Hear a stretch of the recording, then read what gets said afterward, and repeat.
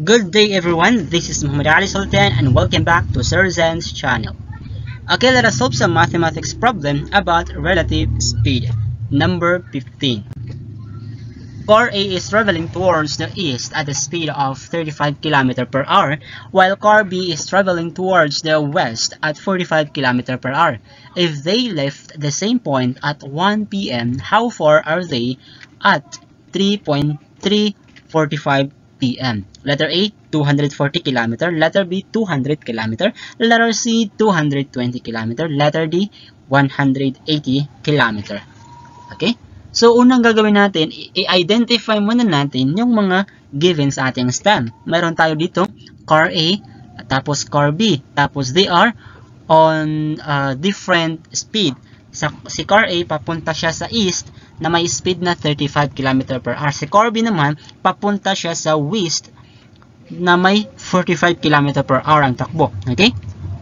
So, kung nagsimula sila, kung umalis sila dun sa certain point, sa certain area, sa certain place ng 1 p.m., gaano nga ba sila kalayo sa isa't isa ng 3.45 p.m. na? Okay? So, they are going on the opposite direction. So, tinatanong kung gaano ba sila kalayo sa isa't isa or kung gaano ba kalawak yung na-cover nilang distance. Okay? So, solution natin dyan. Unang gagawin natin is, alamin mo natin kung ilang oras nga ba yung na-cover nila. Okay? Ilang oras na nga ba yung na-cover nila. So, from 1 p.m. to 3.45 p.m., that is 2 hours and 45 minutes, diba? Or pwede natin sabihin na 2.75 hours. So, paano naging 2.75 hours?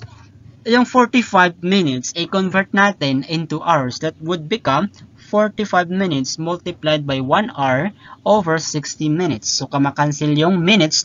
So, matira lang is 45 hour divided by 60. If we divide that, that would become 0.75 hour. So, 2 plus 0.75 hours, that would become 2.75 hours. Okay. So, nakuha na natin yung time na na-cover nila. So, alamin muna natin yung na-cover ni car A. So, 2.75, i-multiply natin sa 35 na kanyang speed. Ang kanyang na-cover is 96.25 km. Okay, 96.25. Si car B naman is 123.75. So, i-multiply lang natin yung oras sa kanyang speed. So, kapag pinagsama natin yan, ang na-cover nila is 222. Okay? Ganun lang, 222. Okay? So, yung iba, may iba silang solusyon, no? Pero, pareho lang nilang kinukuha kung ilan nga ba yung oras. So, ito yung alternate solution natin dyan. Kumbaga, yung mga ibang tao, mas prefer nila yung ganito. So, for example, this one, after nakuha na yung oras, kung ilang oras nga ba yung nakuha or na-cover nila, that is 2.75. Ang gagawin lang nila is, yung mga speed nila, yung car A at saka car B, yung speed nila, i-add lang nila yan, tapos i-multiply sa 2.75 hours na na-cover nila. Okay? So, that is 2.75 multiplied by 35 plus 45. Okay?